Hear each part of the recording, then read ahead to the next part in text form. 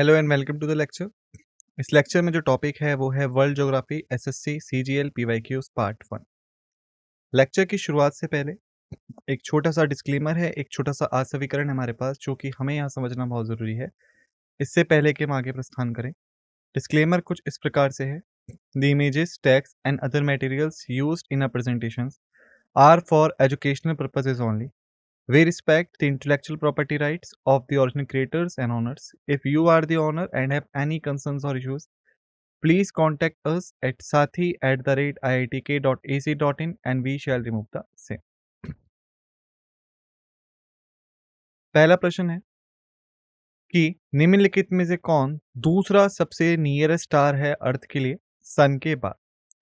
विकल्प है वेगा, सिरस, Proxima Centauri, alpha century. सही उत्तर देने हेतु आप सभी के पास 10 सेकंड का समय है। समय शुरू होता है अब।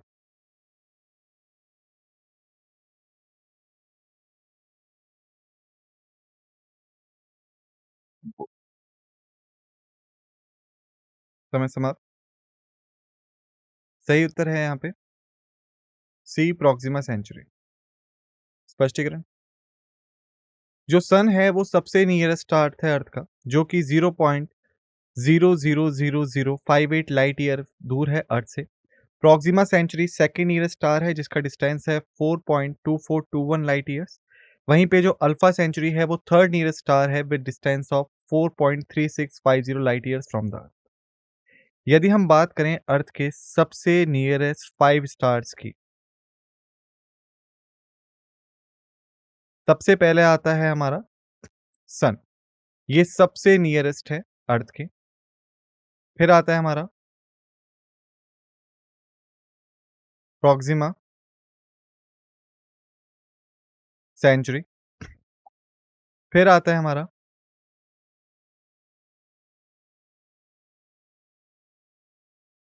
अल्फा सेंचुरी है। फिर आता है हमारा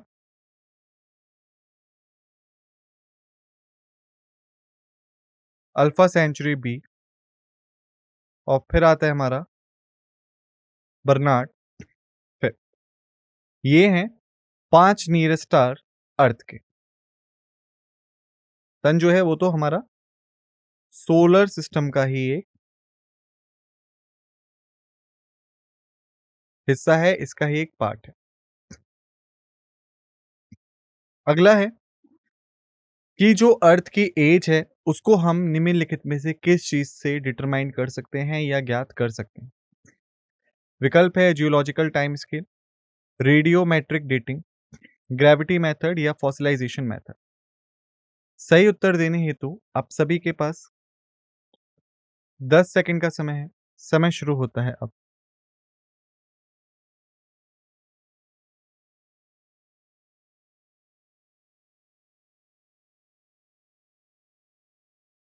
समय समाप्त। सही उत्तर है यहाँ पे बी, रेडियोमेट्रिक डेटिंग।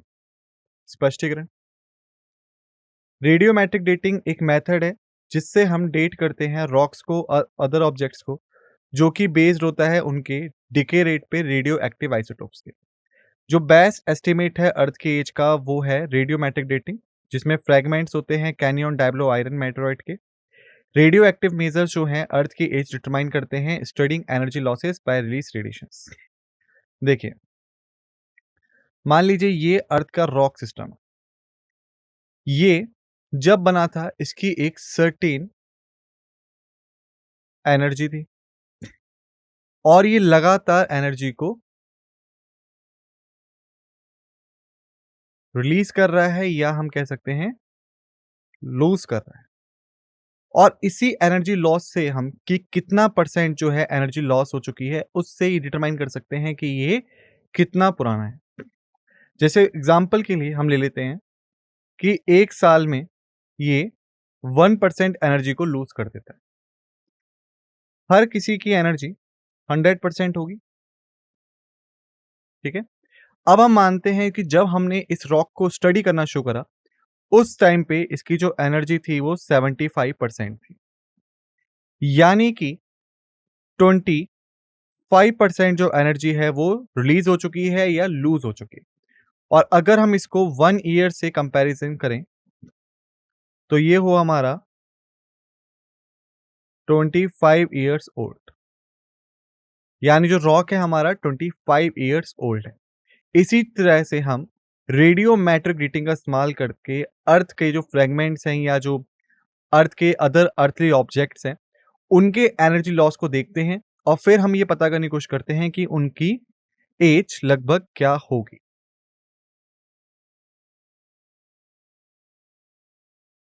अगला प्रश्न है कि जो ब्राइटेस्ट प्लैनेट है वो कौन सा है? विकल्प है वीनस, मर्क्यूरी, जुपिटर, मार्स। सही उत्तर देने हेतु आप सभी के पास 10 सेकंड का समय है। समय शुरू होता है अब।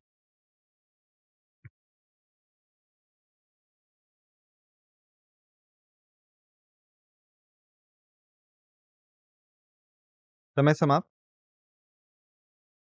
सही उत्तर है यहाँ पे ए, वीनस। स्पष्टीकरण, यहाँ पे वीनस पे ड्रॉपलेट्स हैं सल्फ्यूरिक एसिड और बाकी एसिडिक क्रिस्टल्स के वीनस के एटमॉस्फेयर में। और जो स्मूथ सरफेसेस हैं इन ड्रॉपलेट्स का, वो रिफ्लेक्ट करते हैं लाइट को बहुत अच्छे तरीके से, जिसकी वजह से वीनस जो है वो बहुत ज़्यादा ब्राइट हमें देखने को मिलता है। एग्जाम्पल के लिए मान लेते हैं ये वीनस है और ये है इसका एटमॉस्फेयर। दिस इज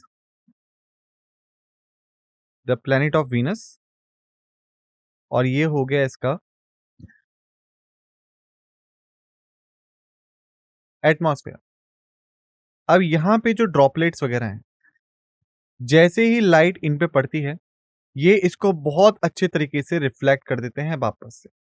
तो ये हमें बहुत ज़्यादा ब्राइटर देखने को मिलता है। और जो बाकी प्लैनेट्स हैं, वो इतना ज़्यादा रिफ्लेक्ट नहीं कर पाते, इसलिए वो हमें इतना ज़्यादा ब्राइटर देखने को नहीं मिलते हैं। अब इसी चीज़ में एक और चीज़ याद रखिएगा और वो चीज़ क्या है? वो चीज़ ये है कि ये जो थिक क्लाउड है सल्फ्यूरिक एसिड का और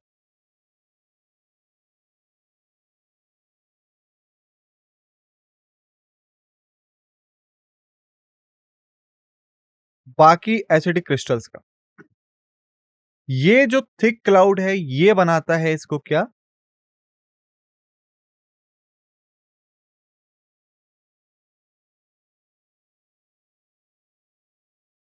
वेल्ड प्लैनेट।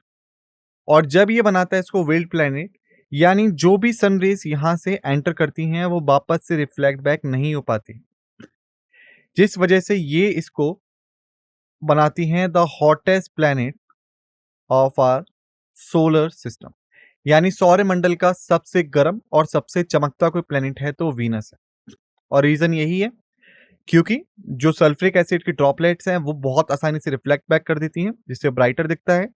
और ये सन से आने वाली हीट को ट्रैप कर लेती हैं, जिसकी वजह से यहाँ पे बहुत ज्यादा गर्मी देखने को मिलती है और ये बन जाता है the hottest planet of our solar system.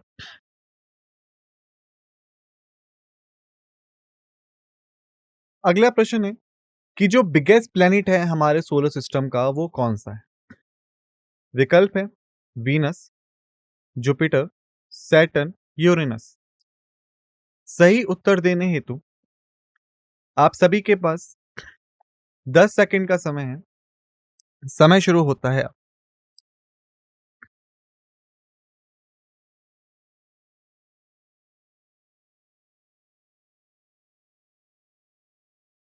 समय समाप्त। सही उत्तर है यहाँ पे बी, जुपिटर। स्पष्टीकरण, जुपिटर एक पांचवा प्लेनेट है सन से और लार्जेस्ट प्लेनेट है सोलर सिस्टम के अंदर। देखिए, टोटल हमारे पास 8 प्लेनेट है सोलर सिस्टम में। यदि हम बात करें उनकी सन से दूरी की, अगर यहां पे हम मान लेते हैं सन है, सबसे पहला हमारा पड़ता है मर्क्यूरी, फिर आता है हमारा दूसरे नंबर पे वीनस। तीसरे नंबर पे आता है हमारा अर्थ।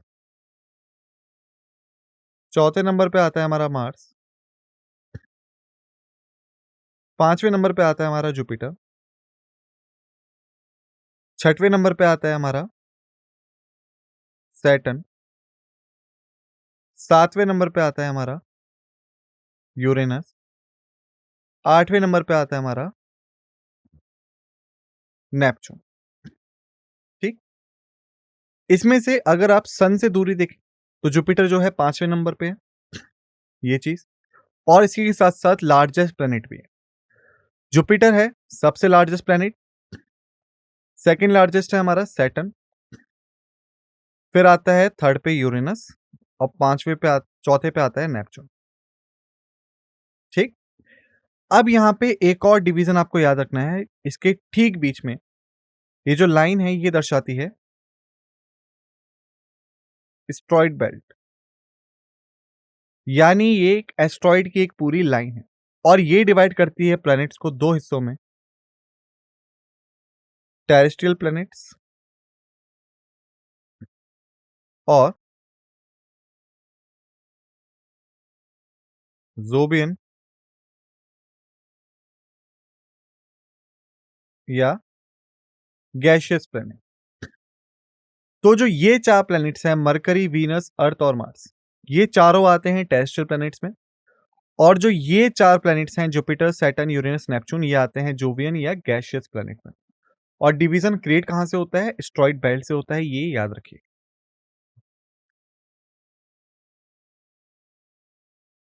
अगला प्रश्न है कि अर्थ अपने मैक्सिमम डिस्टेंस पे कहां होती है सन से, किस डेट को? विकल्प है 30 जनवरी को, 22 दिसंबर को, 22 सितंबर को या 4 जुलाई को। सही उत्तर देने हेतु आप सभी के पास 10 सेकंड का समय शुरू होता है अब।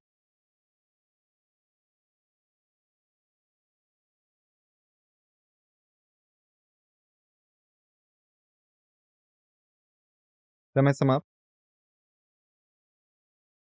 सही उत्तर क्या है यहाँ पे? सही उत्तर है 4 जुलाई। स्पष्टीकरण, अर्थ सन से सबसे ज्यादा दूर होती है 4 जुलाई को, जिसे हम जानते हैं एपिलियन के नाम से। एपिलियन का डिस्टेंस क्या होता है? यानी उस समय जो अर्थ है वो लगभग 152,098 एंड 000 किलोमीटर दूर होती है सन से। अब हम बात करें इसके बारे में तो देखिए, सबसे पहले आपको नाम याद रखना है कॉपरनिकस का। कॉपरनिकस ने सबसे पहले ये एक थ्योरी दी थी कि जो प्लैनेट्स हैं वो मूव करते हैं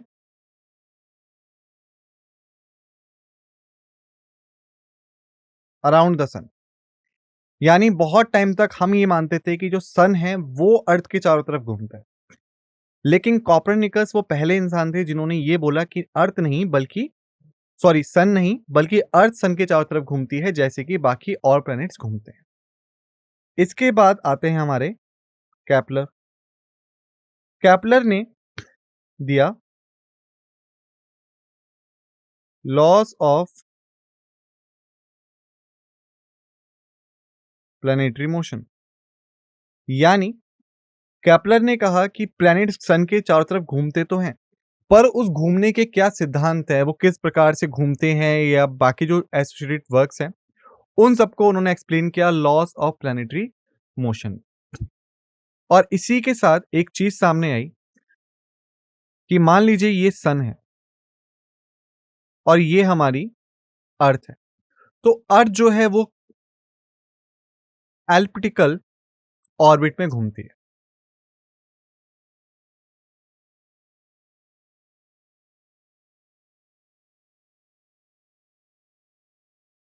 यानी कि ये कोई सर्कुलर मूवमेंट नहीं है बल्कि एक एलिप्टिकल मूवमेंट है। और एलिप्टिकल मूवमेंट में अगर आप यहां गौर करें तो ये आपको मिलेगा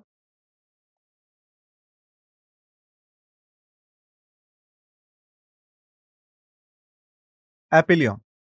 यानी कि वो पॉइंट की जब अर्थ सन से सबसे ज्यादा दूर है। और एपिलियन कंडीशन कब आती है? 4 जुलाई को आती है। ठीक है।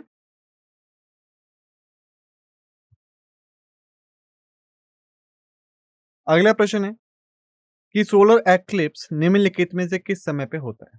विकल्प है कि जब सन जो है वो मून और अर्थ के बीच में आ जाए, कि जो अर्थ है वो मून और सन के बीच में आ जाए, जो मून है वो सन और अर्थ के बीच में आ जाए, कि जो मून है वो उस लाइन पे नहीं पड़ता है जो लाइन सन और अर्थ को कनेक्ट करती है। सही उत्तर देने हेतु आप सभी के पास 10 सेकंड का समय है। समय शुरू होता है अब।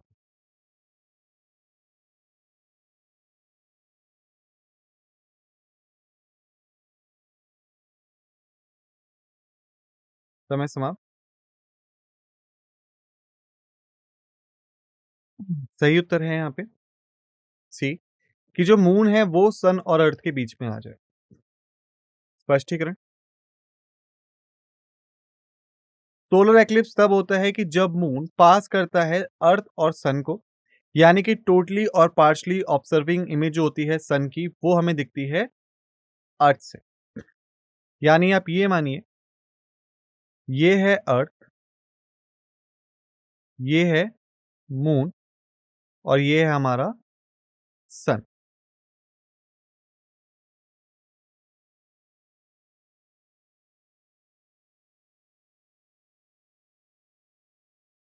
तो यहाँ पे जो सन है, सॉरी जो मून है, वो आ रहा है अर्थ और सन के बीच में।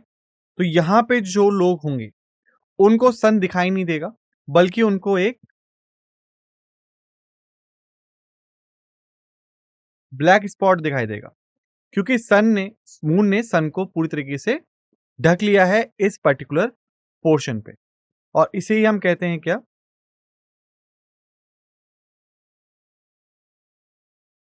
सोलर एक्लिप्स, यानी कि सूर्य ग्रहण। वहीं पे दूसरा जो होता है हमारा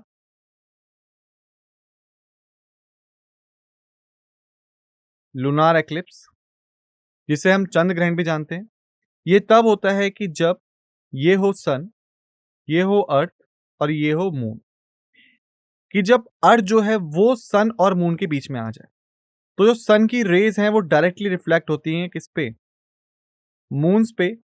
और ये मून को दिखाती हैं बहुत ज्यादा रेडिश या लाल रंग। और इसको हम कहते हैं क्या? Lunar eclipse. तो याद रखिएगा, सोलर एक्लिप्स के टाइम पे मून सन और अर्थ के बीच में आ जाता है। लूनार एक्लिप्स के टाइम पे अर्थ जो है वो सन और मून के बीच में आ जाती है। अगला प्रश्न है, किस प्लेनेट को हम डार्क प्लेनेट कंसीडर करते हैं? विकल्प है अर्थ, जुपिटर, प्लूटो या सैटर्न। सही उत्तर देने हेतु सभी के पास 10 सेकंड का समय है। समय शुरू होता है अब।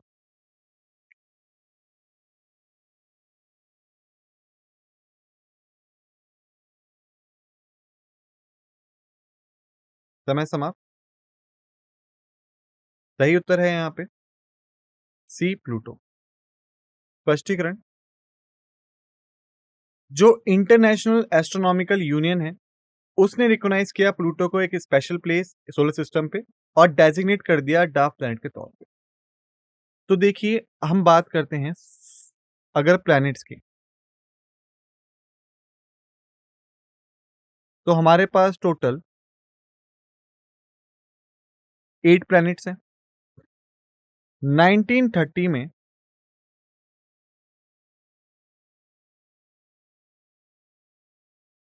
क्लाइड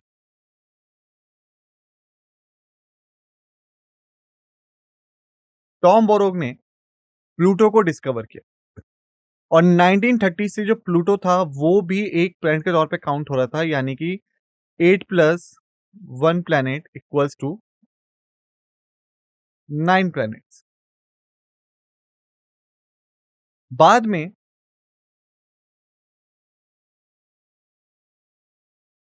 सितंबर 2006 में इंटरनेशनल एस्ट्रोनॉमिकल यूनियन, जिसको हम IA यू के नाम से भी जानते हैं, इन्होंने 3 पॉइंट्स डेफिनेशन निकाली।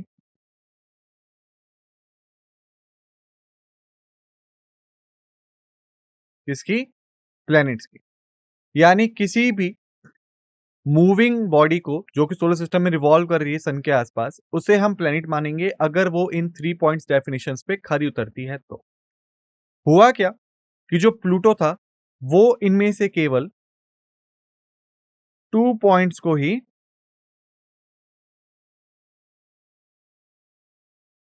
मैच कर पाया और 1 पॉइंट को मैच नहीं कर पाया।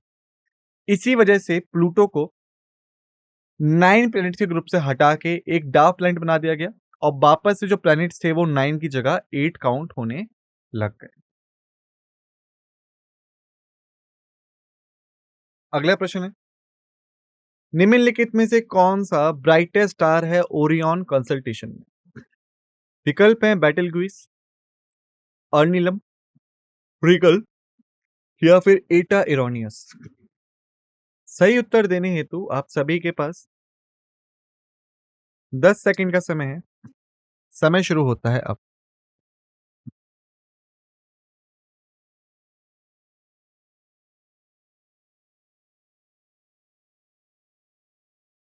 समय समाप्त। सही उत्तर है यहाँ पे सी रिगल। स्पष्टीकरण, रिगल एक ब्लू सुपरजाइंट है जो कि ब्राइटेस्ट स्टार है कंसल्टेशन ओरियन का। ओरियन को ये हम द हंटर के नाम से पुकारते हैं। इसके मेजर साइज और ब्राइटनेस के अकॉर्डिंग ये माना जाता है कि ये एक दिन एक सुपरनोवा बन जाएगा। देखिए, जब भी कोई जाइंट स्टार है वो ब्लास्ट होता है तो वो बन जाता है एक सुपरनोवा। और वो ब्लास्ट कब होता है कि जब उसका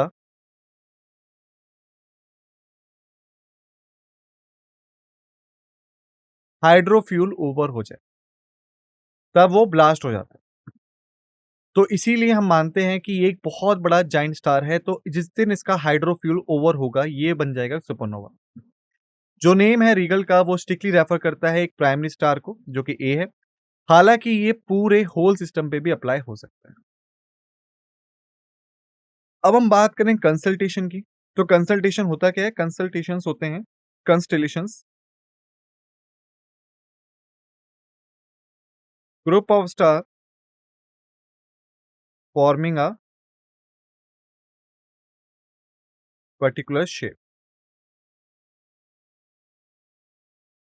तो कंस्टेलेशन होते हैं जब कई सारे स्टार एक पर्टिकुलर ग्रुप में एक फिक्स पोजीशन पे रहते हैं और कई सारे पर्टिकुलर शेप्स बनाते हैं। टोटल अब तक हमारे पास 88 कंस्टेलेशन आइडेंटिफाइड हैं।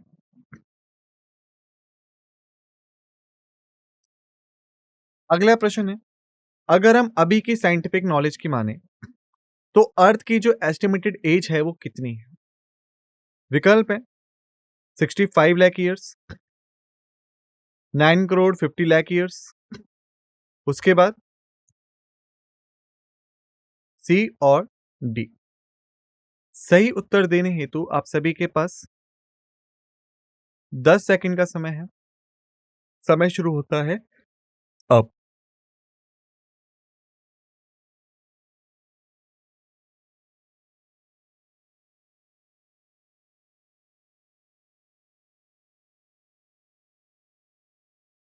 समय समाप्त।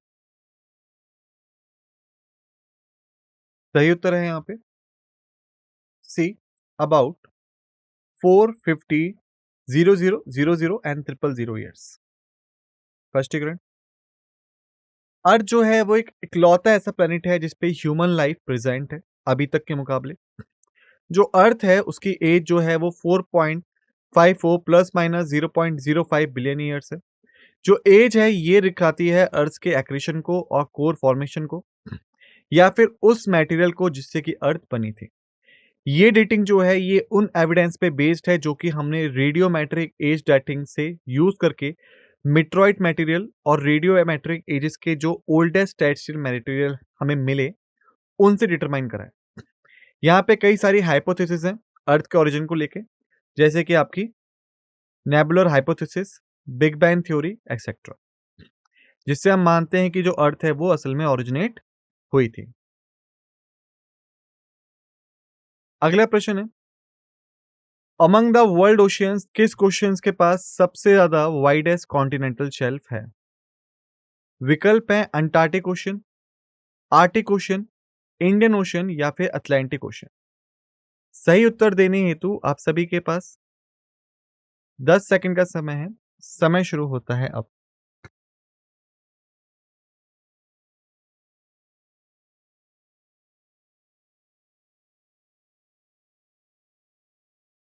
समय समाप्त। सही उत्तर है बी, आर्टिक ओशन। स्पष्टीकरण, जो लार्जेस्ट शेल्फ है साइबेरियन शेल्फ आर्टिक ओशन की, जो कि लगभग फैली हुई है 1500 किलोमीटर तक विथ में। साउथ चाइना सी जो है वो अनदर एक्सटेंसिव एरिया है कॉन्टिनेंटल शेल्फ का। सोंडा शेल्फ जो कि बोर्नियो, सुमात्रा और जावा को जोड़ती है एशियन mainland से। तो अगर हम बात करें कॉन्टिनेंटल शेल्फ की कि असल में होता क्या है, तो ये होता है shallow land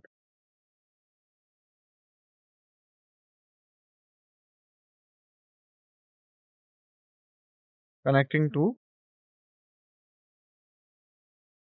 coast line inside oceanic water. यानी मान लीजिए ये है आपका मेन लैंड और यहां से कोस्ट लाइन से शुरू होता है आपका ओशियनिक वाटर। तो ये जो शैलो लैंड है इसे हम कहते हैं कॉन्टिनेंटल शेल्फ। और सबसे बड़ी जो कॉन्टिनेंटल शेल्फ है वो आर्कटिक ओशन में है। इसीलिए सबसे ज्यादा जो शैलो डेप्थ हमें ओशन में देखने को मिलती है वो देखने को मिलती है कहां पे? Arctic ocean. अगर हम बात करें वर्ल्ड के ओशियंस की, सबसे बड़ा है हमारा पैसिफिक ओशन, उसके बाद आता है हमारा अटलांटिक ओशन, फिर आता है हमारा इंडियन ओशन, फिर आता है हमारा आर्टिक ओशन।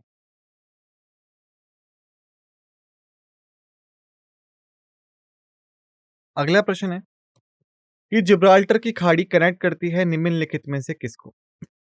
विकल्प है रेड सी मेडिटेरियन सी, रेड सी अरेबियन सी, अटलांटिक ओशन मेडिटेरियन सी या फिर मेडिटेरियन सी और ब्लैक सी को। सही उत्तर देने हेतु आप सभी के पास 10 सेकंड का समय है। समय शुरू होता है अब।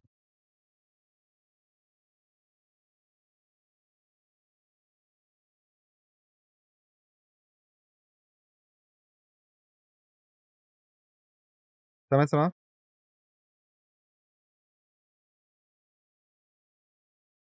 सही उत्तर है यहाँ पे अटलांटिक ओशन और मेडिटेरियन ओशन। स्पष्टीकरण, अप्रोक्सीमेटली 9 मील्स या 14 किलोमीटर वाइड होता है अपने नैरोस पॉइंट पे। जो स्टेट ऑफ जिब्राल्टर है वो एक एंट्री पॉइंट है मेडिटेरियन सी का अटलांटिक ओशन से। इसे कॉन्टिनेंट जो है अफ्रीका, यूरोप के वो वाटर करते हैं। और जो कंट्रीज हैं Morocco, Spain, British colony of Gibraltar और स्पेनिश एक्सक्लेव ऑफ क्योटा, ये यहाँ पे होते हैं। अगर हम बात करें स्ट्रेट की, तो बाय डेफिनेशन स्टेट क्या होता है? स्टेट होता है small water body connecting to large seas और ओशियंस। यानी कोई भी एक स्मॉल वाटर बॉडी जो कि कनेक्ट कर रही है दो बड़े समुद्र को या ओशियंस को, वो होता है हमारा क्या? स्ट्रेट। यानी मान लीजिए ये है अटलांटिक ओशन एग्जाम्पल के लिए, और ये है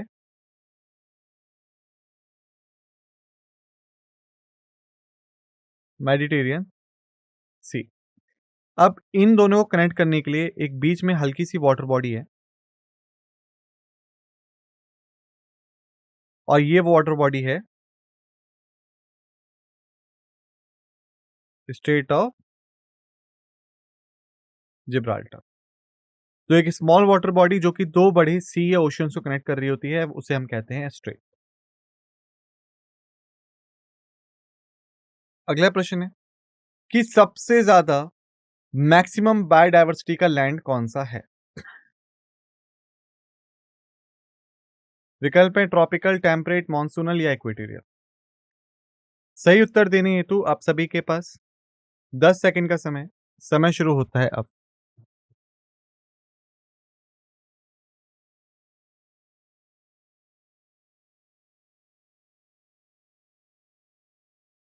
समय समाप्त। सही उत्तर है यहाँ पे ए ट्रॉपिकल। स्पष्टीकरण, जो मैक्सिमम बायोडायवर्सिटी है वो मिलती है हमें कहाँ पे? ट्रॉपिकल फॉरेस्ट में। ट्रॉपिकल फॉरेस्ट जो हैं उन्हें सोचा जाता है एक एवरग्रीन रेन फॉरेस्ट के तौर पे और मॉइस्ट फॉरेस्ट के तौर पे। हालांकि सिर्फ और सिर्फ रियलिटी में 60% जो है ट्रॉपिकल फॉरेस्ट का वही रेन फॉरेस्ट है।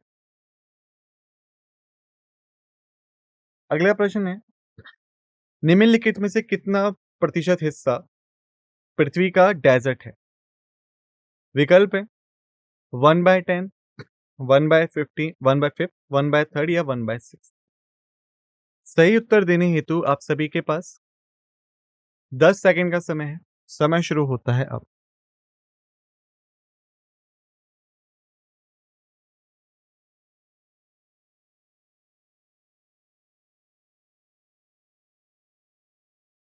समय समाप्त। सही उत्तर है यहाँ पे 1/6। स्पष्टीकरण, अगर हम स्पेस से देखें तो जो मेजॉरिटी है अर्थ सरफेस की वो ओशंस के द्वारा कवर की गई है। यानी कि जो 71% जो अर्थ सरफेस है वो वाटर से बना हुआ है, और वहीं पे आप ऐसे समझ सकते हैं 71% जो है ओशियंस के द्वारा बना हुआ है, और 29% जो है वही है सिर्फ लैंड मास। और इस 29% का जो 33% है या फिर 1/3 है, वो है हमारा क्या? डेजर्ट्स। अगर हम बात करें डेजर्ट की, बाय डेफिनेशन डेजर्ट क्या होता है? लैंड एरिया विद लो और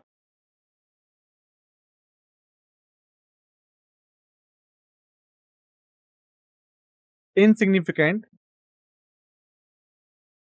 वेजिटेशन। यानी वो इलाका जहां पे ना पेड़ पौधे हैं, ना हरियाली है, ना कुछ है। यानी लो और इनसिग्निफिकेंट वेजिटेशन। और इसी के साथ यहाँ पे होती हैं क्या? बहुत ही ज्यादा मुश्किल क्लाइमेटिक कंडीशंस, यानी हार्श क्लाइमेटिक कंडीशन। अब डेजर्ट जो होते हैं ये भी हमारे दो फॉर्म के होते हैं। एक होता है कोल्ड डेजर्ट। कोल्ड डेजर्ट अक्सर आपको मिलेंगे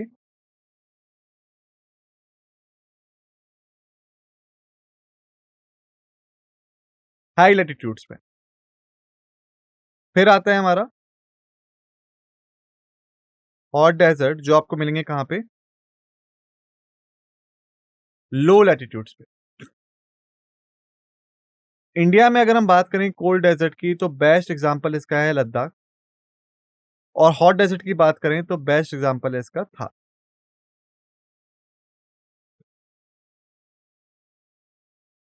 अगला प्रश्न है कि जो लोएस्ट लेयर है एटमॉस्फेयर की वो निम्नलिखित में से कौन सी? विकल्प है स्ट्रेटोस्फेयर, थर्मोस्फेयर, ट्रोपोस्फेयर या मेसोस्फेयर? सही उत्तर देने हेतु आप सभी के पास 10 सेकंड का समय है। समय शुरू होता है अब।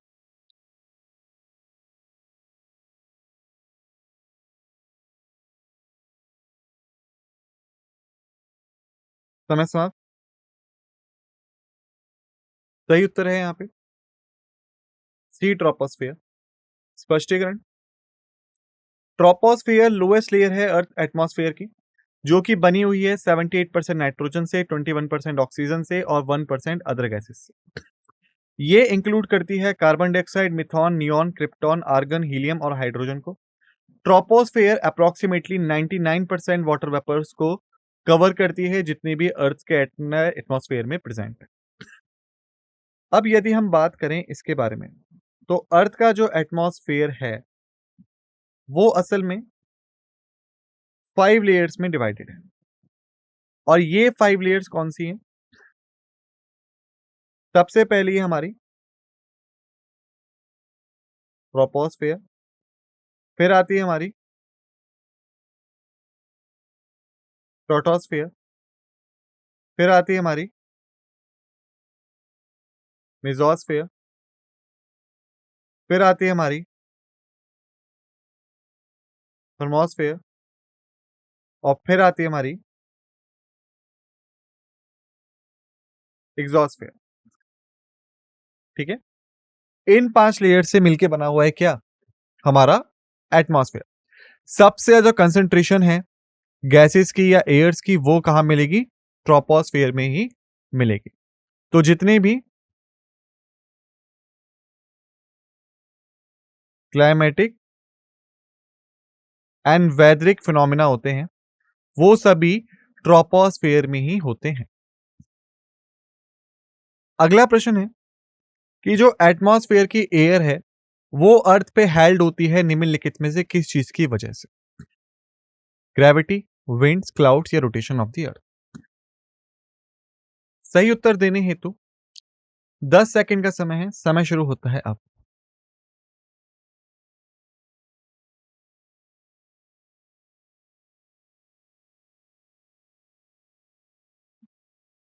समय समाप्त। सही उत्तर है यहाँ पे ए, ग्रेविटी। स्पष्टीकरण: एटमॉस्फेरिक एयर जो है वो अर्थ पे रहती है ग्रेविटी की वजह से। ज्यादातर जो बनी हुई है उसमें नाइट्रोजन सबसे हाईएस्ट है 78.1%। उसके बाद ऑक्सीजन है 20.9% और स्मॉल अमाउंट्स में प्रेजेंट है argon 0.9%, carbon dioxide 0.035%, water vapour और बाकी गैसेस। अगला प्रश्न है निम्नलिखित में से कौन सा सिटी सबसे ज्यादा हाईएस्ट कॉस्मिक रेडिएशंस को रिसीव करता है? विकल्प है चेन्नई, मुंबई, कोलकाता या दिल्ली। सही उत्तर देने हेतु आप सभी के पास 10 सेकंड का समय है। समय शुरू होता है अब।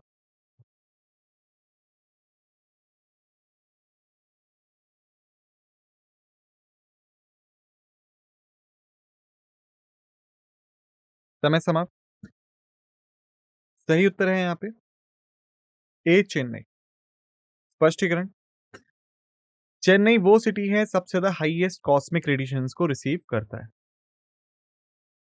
अगला प्रश्न है निम्नलिखित में से कौन सा इंपैक्ट होगा ग्लोबल वार्मिंग का मैंग्रोव फॉरेस्ट पे? विकल्प है वो और ज्यादा लग्जरियस हो जाएंगे। दूसरा, जो बड़ा एरिया है मैंग्रोव्स का वो पानी में डूब जाएगा। तीसरा, जो मैंग्रोव का रोल है कार्बन सिक्स के तौर पे वो बहुत ज्यादा इंपॉर्टेंट हो जाएगा। या चौथा, दोनों, ए और सी। सही उत्तर देने हेतु आप सभी के पास 10 सेकंड का समय है। समय शुरू होता है अब।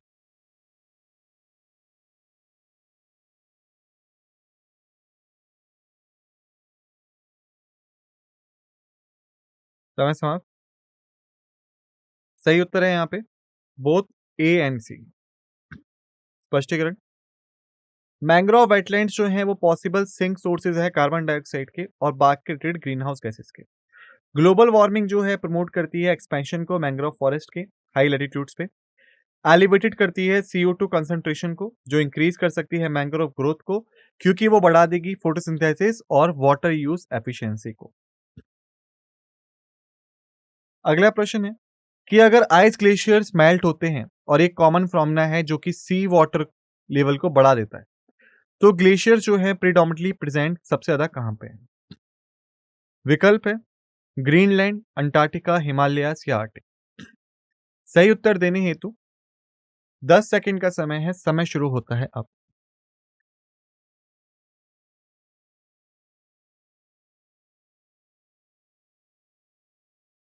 समय समाप्त।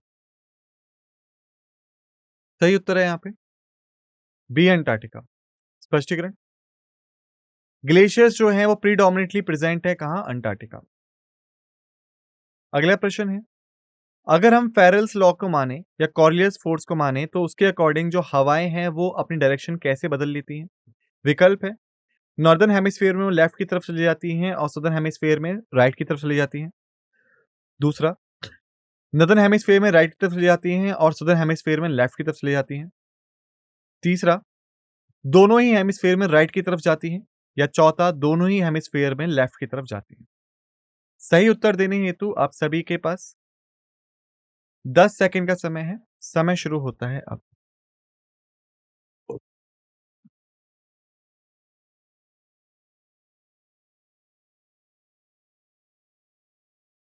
समय समाप्त। सही उत्तर है यहाँ पे बी, नॉर्दर्न हेमिस्फीयर में राइट की तरफ चली जाती हैं और सदर्न हेमिस्फीयर में लेफ्ट की तरफ चली जाती हैं। स्पष्टीकरण, ये लॉ एक्सप्लेन करता है कि जो विंड है वो किस प्रकार से राइट में चली जाती है नॉर्दर्न हेमिस्फीयर में और लेफ्ट में चली जाती है सदर्न हेमिस्फीयर में। और ये जो असर होता है ये होता है कोरिलेस इफेक्ट की वजह से, जो कि होता है एयर मासेस पे। अगला प्रश्न है, निम्नलिखित में से कौन सा एटमॉस्फेरिक लेयर एब्जॉर्ब करती है अल्ट्रावायलेट रेस को जो कि सूर्य से आ रही होती है? विकल्प है ट्रोपोस्फेयर, स्ट्रेटोस्फेयर, आइनोस्फेयर या ओजोनोस्फेयर। सही उत्तर देने हेतु आप सभी के पास 10 सेकंड का समय। समय शुरू होता है अब।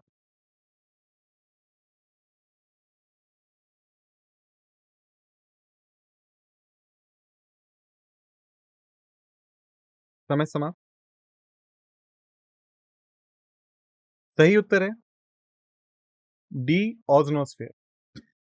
स्पष्टीकरण, ओजोन लेयर जिसे हम ओजोनोस्फेयर कहते हैं, ये रीजन होता है अपर एटमॉस्फेयर का, जो कि 15 से 35 किलोमीटर के बीच में फैला हुआ है या फिर 9 से 22 माइल ऊपर की तरफ है अर्थ सरफेस से, जिसमें रिलेटिवली हाई कंसंट्रेशन है ओजोन मॉलिक्यूल्स का, यानी कि O3 का। अगला प्रश्न है, जो वाटर पोटेंशियल है वो रिमेन्स रहता है लोएस्ट निम्नलिखित में से किस में? विकल्प है वाटर प्लांट्स में, वुडी प्लांट्स में, सुकुलेंट्स में या फिर हैलोफाइट्स में। सही उत्तर देने हेतु आप सभी के पास 10 सेकंड का समय है। समय शुरू होता है अब।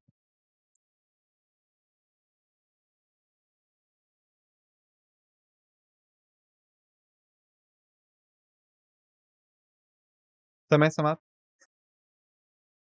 सही उत्तर है यहाँ पे डी, हैलोफाइट्स। स्पष्टीकरण, हैलोफाइट एक प्लांट है जो कि ग्रो होता है वाटर्स में, जिसमें कि हाई सैलिनिटी होती है और जब भी कांटेक्ट में आता है सलाइन वाटर के रूट्स और सॉल्ट स्प्रे से, जैसे कि saline semi desert, mangrove swamp, marshes और सलॉस या फिर शीशो। एक एग्जांपल जो है हेलोफाइट का वो सॉल्ट मार्श ग्रास है, जिसको हम जानते हैं स्पार्टीना अल्टरनीफ्लोरा के नाम से, यानी कि स्मूथ कोड ग्रास। अगला प्रश्न है, निम्नलिखित में से कौन सी रिसोर्स रिन्यूएबल है? विकल्प है यूरेनियम, कोल, टिम्बर या नेचुरल गैस।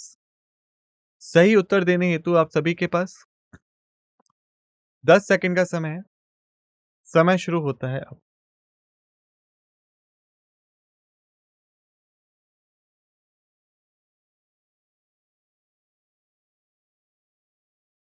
समय समाप्त।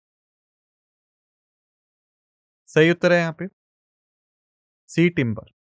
स्पष्टीकरण, टिम्बर का मतलब होता है वो लकड़ी जिसे हम प्लांट से ऑब्टेन करते हैं और ये रिन्यूएबल है। क्यों? क्योंकि पेड़ों काटने के बाद अगर हम दोबारा दूसरा पेड़ उगाएं तो फिर से उग जाएगा और फिर से हमें लकड़ी मिल सकती है। जैसे कि बाकी चीजें जो थी वो रिन्यूएबल हैं, क्योंकि अगर वो एक बार फिनिश हो गई तो हम उन्हें दोबारा से जल्दी नहीं प्राप्त कर सकते।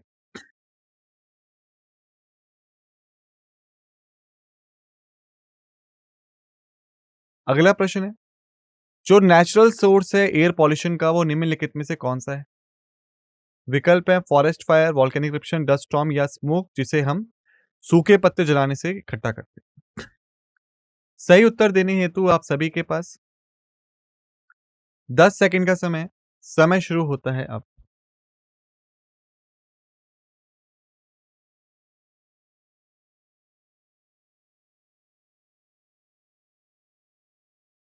समय समाप्त। सही उत्तर है यहाँ पे सी, डस्ट स्टॉर्म। स्पष्टीकरण, डस्ट स्टॉर्म और सैंड स्टॉर्म एक ऐसा मीटरोलॉजिकल फिनोमेना है जो कि कॉमन होता है कई सारे एरिड और सेमी एरिड रीजन्स में। डस्ट स्टॉर्म कब आते हैं? जब भी एक गस्ट फ्रंट फॉर्म होता है या कोई स्ट्रॉन्ग विंड जो है वो हल्के रेत को या धूल को हवा में उड़ा देती है। अगला प्रश्न है, निम्नलिखित में से सही ऑप्शन को चुनें जो कि एटमॉस्फेरिक लेयर के अरेंजमेंट को दर्शाता है। विकल्प है troposphere, stratosphere, mesosphere, ionosphere, exosphere. दूसरा, mesosphere, ionosphere, exosphere, troposphere, stratosphere. तीसरा, ionosphere, exosphere, mesosphere, troposphere, stratosphere. चौथा, exosphere, troposphere, ionosphere, mesosphere, stratosphere. सही उत्तर देने हेतु आप सभी के पास 10 सेकंड का समय है। समय शुरू होता है अब।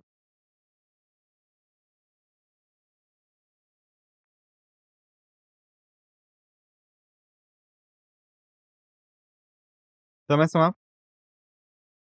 सही उत्तर है यहाँ पे ए, ट्रोपोस्फेयर, स्ट्रेटोस्फेयर, मेसोस्फेयर, आइनोस्फेयर और एक्सोस्फेयर।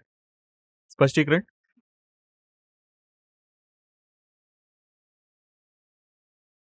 सबसे पहली लेयर है ट्रोपोस्फेयर, फिर है स्ट्रेटोस्फेयर, फिर मेसोस, फिर है आइनोस और फिर है एक्सोस्फेयर। अगला प्रश्न है, इंडियन स्टैंडर्ड टाइम यानी आईएसटी निम्नलिखित में से किस लॉन्गिट्यूड पे पड़ता है? विकल्प है 75.5 degree east longitude, 82.5 degree east longitude, 90.5 degree east longitude या फिर 0 डिग्री लॉन्गिट्यूड। सही उत्तर देने हेतु 10 सेकंड का समय है। समय शुरू होता है अब।